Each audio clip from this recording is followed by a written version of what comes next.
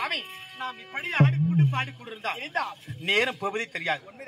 ஆண்டவன் எப்போது வருவான் என்று அடியவரெல்லாம் காத்துக் கொண்டிருக்கிறார். உண்மைதான். அதனாலே உன்னை அடுத்த செய்தி தெரியுமா?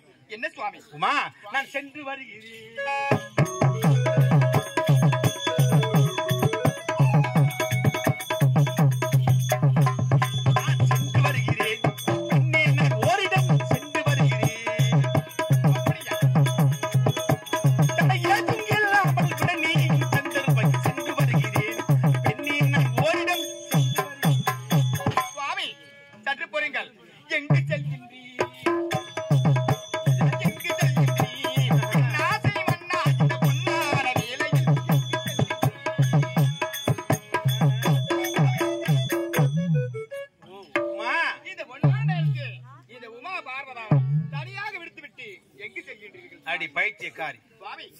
மனைவிக்கு மரியாதை கொடுக்க வேண்டும் ஏன் தெரியுமா? ஒரு சமயத்தில் ஓடி வருகிறாய் சுவாமி. அது பாருங்கள், உலகத்தை படைக்கிறானே பிரம்மதேவன், அவன் தன் மனைவியை நாவிலை வைத்திருக்கிறான். நாவிலை வைத்து 4 வேதங்களை கருத்தில் கொண்டு நான் முகத்தோடு இந்த உலகை எல்லாம் படைக்கிறான். உண்மைதான். சீரும் சிறப்போடு இருக்கிறான். அதைவிட ஒரு வெடி மேலாக என்னுடைய அண்ணன் வைகுந்தவாசன் நாராயண பெருமான் தன் மனைவியாகிய அந்த லட்சுமி தேவியை மார்பிலை வைத்திருக்கிறார். அதனால்தான் அந்த வைகுந்தமே செல்வ செழிப்போடு இருக்கிறது. ஆனால் இந்த உலகத்திலே தாயும் தந்திரியமாக அம்மை அப்பனாக இருக்கிற நாம் இருவரும் எனக்கு நீங்கள் அண்ணன் எங்க கொடுக்கிற இடம் கேட்டாய். நான் பார்த்தேன். இரவு பகல், உண்மை பொய், இன்று நாளை, சூரியன் சந்திரன் இப்படியெல்லாம் ஒன்றை ஒன்று சார்ந்து இருக்கிறது. ஒன்று இல்லாமல் ஒன்றால் வாழவே முடியாது. அதனால்தான் பெண் இல்லாமல் ஆண் இல்லை, ஆண் இல்லாமல் பெண் இல்லை, ஆணும் பெண்ணும் சேர்ந்ததுதான் இந்த அகில உலகம் என்று உலகத்து காட்டி ஆணு பெண்ணுமாக ஒரு விஷயம் இருந்து என் இடவாகத்தை கொடுத்த அர்த்தநார் ஈஸ்வரன் உலகத்துக்கெல்லாம் காட்சி கொடுத்தவன் நான் தான். அப்பேற்பட்ட மனைவி என்று உனக்கு மரியாதை கொடுத்து, பார்வதா இங்கே வா, நான் சென்று வருகிறேன் என்று சொன்னவுடனே இத்தனை ஆண்டு காலமெல்லாம் இறைவனே நீங்கள் சென்று பாருங்கள், நீங்கள் எங்கெல்லாம் செல்கிறீர்களோ அங்கெல்லாம் வெற்றி உங்களுக்கு மட்டும்தான் கிடைக்க வேண்டும் என்றுதான் நீ உரைப்பாய். அதைத்தான் நானும் கேட்டிருக்கிறேன். ஆனால் ஏருக்கு மாறாக இன்று வார்த்தை தடுமாறி சென்று வருகிறேன் என்று சொன்ன மாத்திரத்தில் எங்கே என்று கேட்டிருக்கிறாய். எங்கே தெரியுமா? எங்கே சுவாமி? இந்த படைத்தல், காத்தல், அடித்தல் உண்மைதான் தொழிலை செய்யக்கூடிய மும்மூர்த்தி தேவர்கள். அந்த மும்மூர்த்தி தேவர்களே முதல் மூர்த்தியார் தாங்கள் தான் சுவாமி. நான் தானே. அப்படி முதல் மூர்த்தியாக இருந்து உலகத்தையெல்லாம் காப்பாற்றும் கர்த்தன் நான் தானே. ஆண்டவன் எப்போது வருவான் என்று இந்த பாமர மக்களை நான்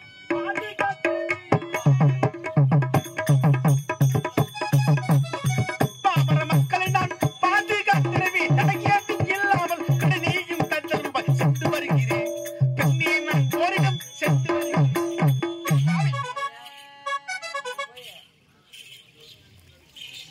உலக மக்களுக்கெல்லாம் படியளக்கும் சமயத்திலே மீண்டும் என்னை தடுத்து சுவாமி என்று சொல்லுகிறாயே, என்ன ஆயிற்று உனக்கு என்று? சுவாமி, படியளக்க செல்கிறேன் என்று உரைக்கிறீர்கள் அல்லவா? இந்த உருவத்தோடு சென்று படியளப்பீர்களா அல்லது வேறு உருவத்தோடு சென்று படியளப்பீர்களா? சரியான வார்த்தை. ஆண்டவன் சென்று வருகிறேன் என்று சொல்லிவிட்டு போய்விடுகிறார். உண்மைதான். படியளக்கின்றேன் என்ற வார்த்தை மட்டும்தான் சொல்லுகிறார். ஆனால் அப்படி எப்படி அளக்கிறார், எந்த உருவத்தோடு அளக்கிறார் என்ற சந்தேகம் வந்துவிட்டது. உண்மைதான். சந்தேகம் என்பது ஒரு தொற்று வியாதி. சந்தேகம் உள்ளே வந்துவிட்டால் சந்தோஷம் வெளியே போய்விடும். கணவன் வார்த்தை மனைவி கேட்க வேண்டும். உண்மைதான். மனைவி வார்த்தை கணவன் கேட்க வேண்டும். அப்படி கேட்டு வாழ்ந்தாதான் அந்த வாழ்க்கை நிலையான வாழ்க்கையாக இருக்கும். உண்மைதான். நீ என்ன சொல்லுவது, நான் என்ன கேட்பது என்று தான் என்ற ஆணவத்தோடு யார் இருந்தால் வாழ்க்கை ஆலங்கோலமாகத்தான் இருக்கும். நீ தெரிந்தோ தெரியாமலே கேட்டுவிட்டாய். உண்மைதான் சுவாமி. இந்த உலகத்திலே ஒரு முகம் படைத்தவர்கள் இந்த பாமர மக்கள். ஒரே ஒரு முகம் தான். 2 முகம் படைத்தவன் யார்? அவன் தான் அக்னி தேவன். 3 முகம் படைத்தவன் யார்? அவன் தத்தாத்திரியன். 4 முகம் படைத்தவன் யார்? உலகத்தை எல்லாம் படைக்கிறான் பிரம்மதேவன். அவனுக்கு தான் 4 முகம். ஆனால் தற்புருஷம், அகோரம், வாமதேவம், சத்யோஜாதம், ஈசானம் என்று சொல்லக்கூடிய 5 முகத்தோடு அகில உலகத்துக்கெல்லாம் வாழக்கூடிய மக்களுக்கெல்லாம் படியளக்கும் கர்த்தன் பஞ்சமுக சேவையோடு உலகத்தில் வாழக்கூடிய மக்களுக்கெல்லாம் படியளந்து கொண்டிருக்கின்றேன். சுவாமி, உங்களை திருமணம் செய்த அந்நாள் முதல் இந்நாள் வரை இந்த ஒரு முகத்தை தான் நான் பார்த்து கொண்டு வருகிறேன். ஆகையால் அந்த பஞ்சமுக சேவை நான் பார்த்ததே கிடையாது. இந்த ஒரு முகமே இப்பேற்பட்ட அழகு என்றால் அந்த பஞ்சமுகம் முகம் என்று சொல்கின்றீர்களே சுவாமி, அது 5 முகத்தை ஒரே சமயத்தில் பார்க்கின்ற பாக்கியம் எனக்கு நீங்கள் தர வேண்டும். உண்மைதான். உமா, எதை வேண்டுமானால் கேள். ஒரு கணவன் இல்லத்தை விட்டு வெளியே சென்று மீண்டும் வீட்டுக்கு வரும்போது வெறும் கையோடு வரவே கூடாது. மனைவி இருக்கிறாள், நான் பெற்ற பிள்ளைகள் இருக்கிறார்கள் என்று ஏதாவது கொண்டு வர வேண்டும். இதுதான் வழக்கம். உண்மைதான். ஆனால் நீ கேட்டு ஏருக்கு மாறான வார்த்தை, யாரும் ஆசைப்படாத வார்த்தை. மனைவி கேட்பதை பூர்த்தி செய்வதுதான் கணவன் கடமை. ஆனால் அந்த மனைவி தன் தகுதி கேட்டால் போல் ஆசைப்பட வேண்டும். தகுதிக்கு மீறி ஆசைப்பட்டால் கொண்டு வராத ஆபத்தெல்லாம் கொண்டு. நான் சொல்வதை கேள், இதை தவிர்த்து வேற எது வேண்டுமானால் கேள். நான் சொல்வதை நீங்கள் கேளுங்கள் சுவாமி. அந்த பஞ்சமுக சேவையை நான் பார்த்தே ஆக வேண்டும். நீ சொல்வதை நான் கேட்க வேண்டும். உண்மைதான் சுவாமி, உண்மைதான். அது கேட்கும் வார்த்தையாக இருந்தால் கேட்கலாம். நீ கூறுகின்ற வார்த்தை சிரத்தை மூட்டுகிறது. ஆனால் தடையேதும் சொல்லாதே கண்ணே,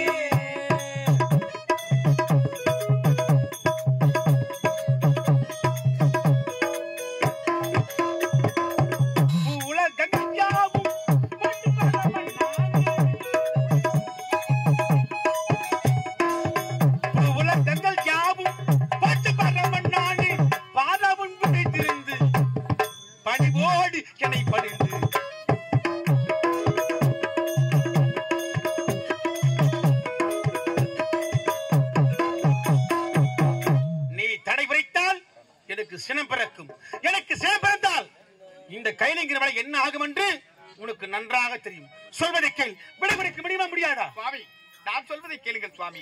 உங்களுடைய பஞ்சமுக சேவையை நான் பார்த்தே தீர வேண்டும். உமா, நீ சொல்லுகிற வார்த்தை சேர்த்து மூட்டுகிறது. என் தேகமெல்லாம் அனலாக கொதிக்கிறது. அதனால் என் நிலை எப்படி தெரியுமா? எப்படி தெரியுமா சுவாமி? என் உள்ளமெல்லாம் எரிகிறது.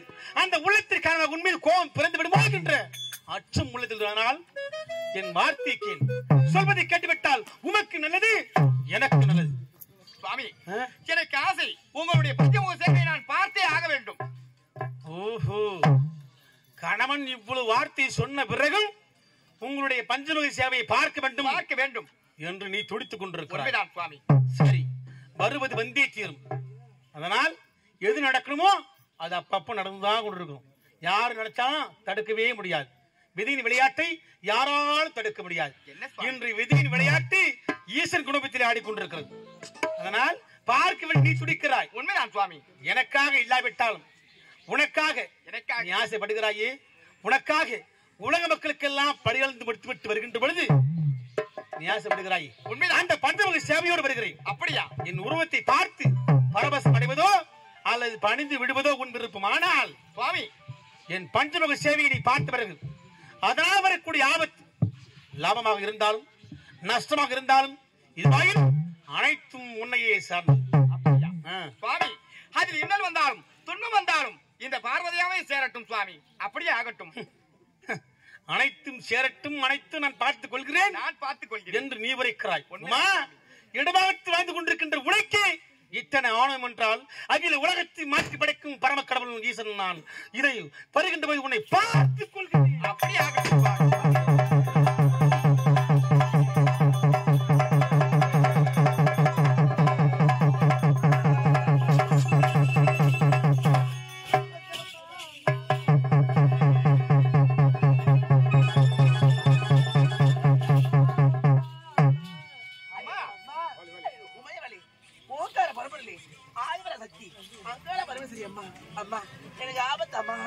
ஆபத்தா?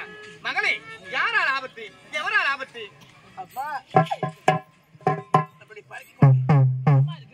அப்படியா? அந்த பிரம்மனால் எனக்கு ஆபத்தாமா. அப்படியா? என்னை கட்டி அடக்கி வேண்டும், முத்தத்தை கொடுத்து வேண்டும். எனக்கு எப்படிதான் உன்னை படைத்து விட்டு அவனே உன்னை சேர துணிகிறானா? அப்படியா? என்னுடைய ஆலயம் பின்புறம் மறைந்து கொள், வருபவனை நான் பார்த்துக் கொள்கிறேன். அப்படியே ஆகட்டும்.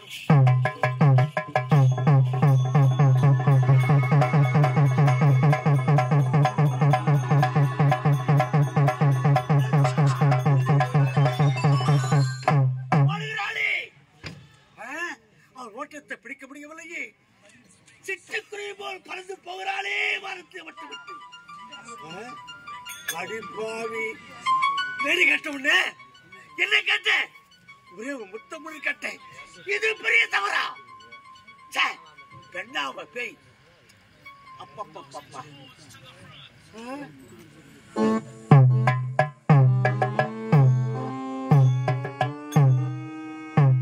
வந்திருப்பது கைலாய மலை.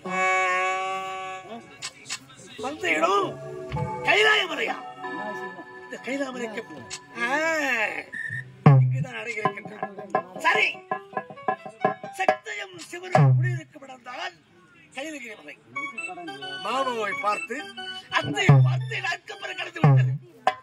மாமா அழைக்கின்றேன், அத்தையை சந்திக்கின்றேன், இருவரும் ஆசீர்வாதம் பெறுகிறேன். ஆசீர்வாதம் பெற்ற பின்பு அந்த பெண் எங்க இருக்கின்றால் என்று தேடி கண்டுபிடித்து என் ஆசையை பூர்த்தி செய்து கொள்ளலாம். அழைக்கிறேன்.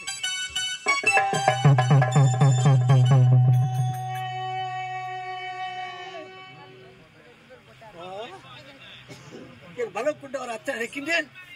அத்தை உறவெடுக்கவில்லையே, எங்க சென்றிருக்கும்? சரி, அத்தை விடு, மாமா அழைத்து பார்க்கின்றேன்.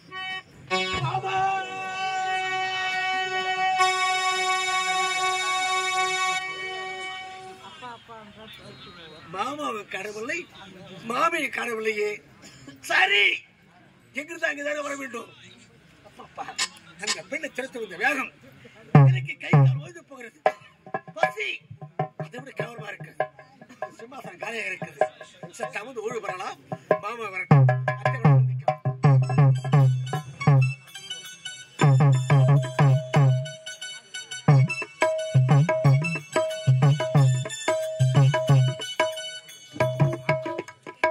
என்னுடைய சுவாமி பாமர மக்களுக்கு படியளந்து விட்டு அந்த பஞ்சமுக சேவையோடு வருகிறேன் என்று சொல்லியிருக்கிறார். ஆகையால் அவர் வரும் வரை சிவபூஜை நிற்க வேண்டும்.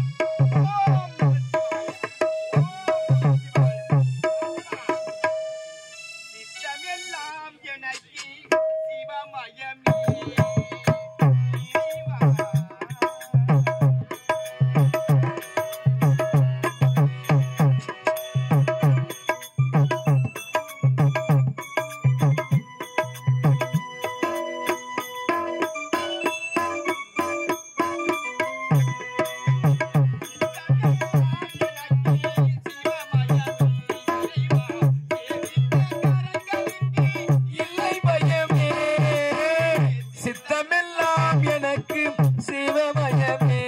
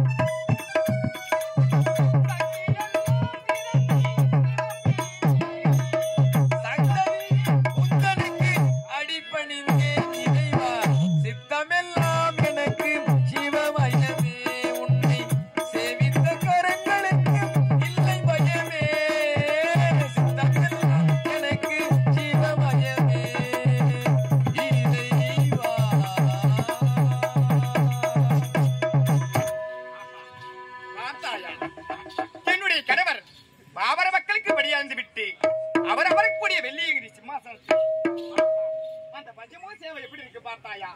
1 2 3 4 5 ஆஹா, இவ்வளவு நாட்களாக என்னுடைய கணவனுடைய முகத்தை இவ்வளவு ஒரு பிரகாசமாக நான் பார்த்ததே கிடையாது. ஒரு கணவன் சந்தோஷமாக இருந்தால் தான் ஒரு மனைவி சந்தோஷமாக இருக்க வேண்டும். அப்படி என்றால் பஞ்சனையிலே என்னுடைய சுவாமி அமர்ந்து கொண்டிருக்கிறார். அவருடைய மடி மீது இந்த மனைவி உமா பார்வதாவும் நானும் சிறிது நேரம் சற்று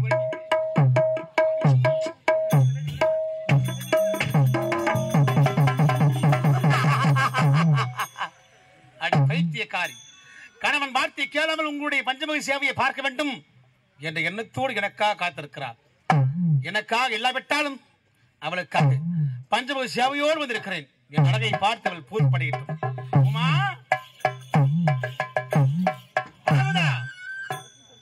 சக்தி, எனக்கு ஆச்சரியம். ஒரே ஒரு குரல் கொடுத்தால் இந்த கைலிகிரவனையில் எங்கிருந்தாலும் ஓடி வந்து சுவாமி என்று என் பாதங்களை பற்றுவாள். ஆனால் ஒரு முறைக்கு பலமுறை அழைத்த பிறகும் என் வார்த்தைக்கு பதில் வார்த்தை இல்லை என்றால் ஏதோ ஒன்று நடந்திருக்கிறது. சரி, நான் அமரக்கூடிய சிம்மாசன அருகில் சென்று பார்ப்போம்.